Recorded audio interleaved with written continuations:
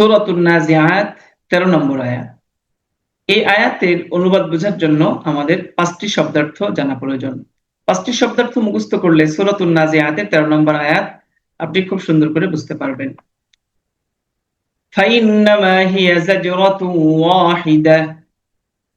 5টি শব্দার্থ হলো ফা, এটা একটি হরফের প্রকারভুক্ত শব্দ, অর্থ বস্তুত, অতএব, সুতরাং এরকম অর্থ দেয়।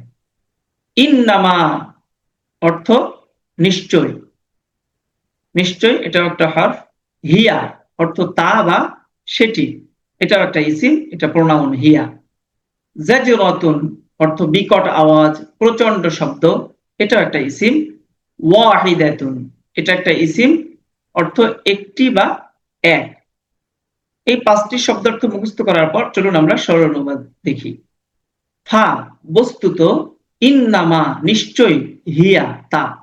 ফাইন্নামা হিয়া বস্তুত নিশ্চয়ই তা, সুতরাং নিশ্চয়ই তা।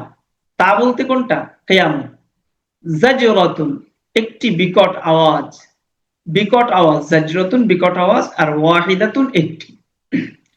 ফাইন্নামা হিয়া যাজরাতুন ওয়াহিদা বস্তুত নিশ্চয়ই তা একটি বিকট আওয়াজ, অর্থাৎ কিয়ামত এটা একটা বিকট আওয়াজ, এটা দিয়ে শুরু হবে। সরল অনুবাদ এবং শব্দার্থ আমরা বুঝতে পারলাম। এবার ফেইলের বিশ্লেষণ। সূরাতুন নাজিআতের 13 নম্বর আয়াতে কোনো ফেইল নেই, সুতরাং বিশ্লেষণের প্রয়োজন নেই। আমরা এবার জানবো সূরাতুন নাজিআতের ইআরাবের বিশ্লেষণ। এখানে আমরা দেখতে পাচ্ছি ফা এবং ইন্নামা, হিয়া, পরপর 3টি শব্দ, ফা ইন্নামা হিয়া, এই 3টি শব্দ মাবনি, অপরিবর্তনশীল।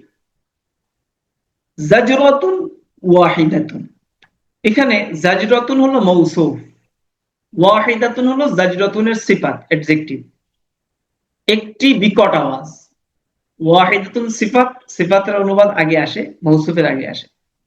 যাজরাতুন ওয়াহিদাতুন বিকট আওয়াজ। তো যাজরাতুন শব্দটা আমরা দেখতে পাচ্ছি পেশ হয়েছে রফার হরকত, রফার ইআরাব। কেন রফার ইআরাব হয়েছে? কারণ এটা খবর।